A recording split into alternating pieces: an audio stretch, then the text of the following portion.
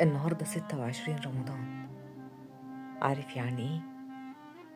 يعني احتمال كبير النهاردة تكون ليلة القدر. خد بالك، ده مش مجرد تاريخ في التقويم، دي ليلة ممكن يتغير فيها المكتوب كله. ليلة ممكن ربنا يكتب فيها اسمك في صفحة جديدة خالص من حياتك. سيب كل حاجة، سيب الزحمة، سيب صوت الناس، سيب الموبايل، سيب التفكير اللي ما بيبطلش، وروح لربنا بقلبك بس.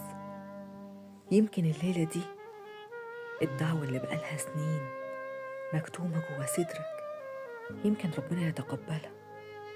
يمكن الليلة دي دموعك اللي نزلت كتير ومحدش شافها غير ربنا، يمكن ربنا يحولها لفرح قدام عينك. يمكن الليلة دي الحلم اللي قلت عليه مستحيل يتقاله النهاردة كن. ليلة واحدة، ليلة واحدة بس خير من 1000 شهر. عمر كامل من التعب ممكن يتعوض في ساعات. سجدة منك الليلة ممكن تغير لك قدرك كله.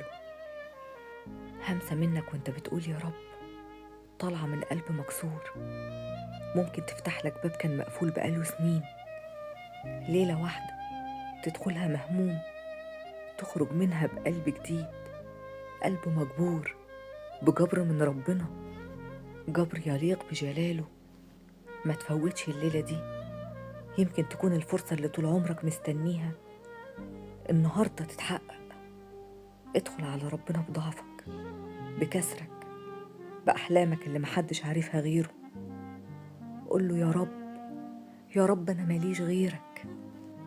يمكن الليلة دي تكون الليلة اللي تبكي فيها بين إيدين ربنا ويكتب لك بعدها حياة ما كنتش تحلم بيها. يمكن تكون دي اللحظة اللي ربنا يغير فيها كل حاجة حتى وانت مش متخيل ازاي هيحصل. يمكن الليلة دي تكون هي ليلة الجبر، ليلة العوض.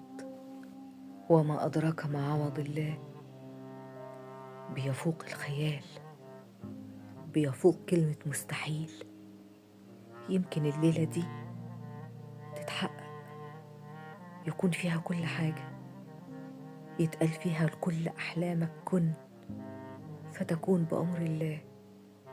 رسالة النهاردة بتقولك اللهم إن كانت هذه ليلة القدر فاكتب لنا فيها فرجا ينسينا كل ضيق، واشفي قلوبا تعبت من الانتظار، واجبر خواطرنا جبرا يليق بجلالك، جبرا يعجب له أهل السماوات والأرض، وحقق لنا كل ما عجزنا عنه، واغفر لنا ذنوبنا، واكتبنا من عتقائك من النار، واكتب لنا بداية جديدة تليق بكرمك، وغير أقدارنا لأجمل الأقدار، واجبرنا يا عزيز يا جبار.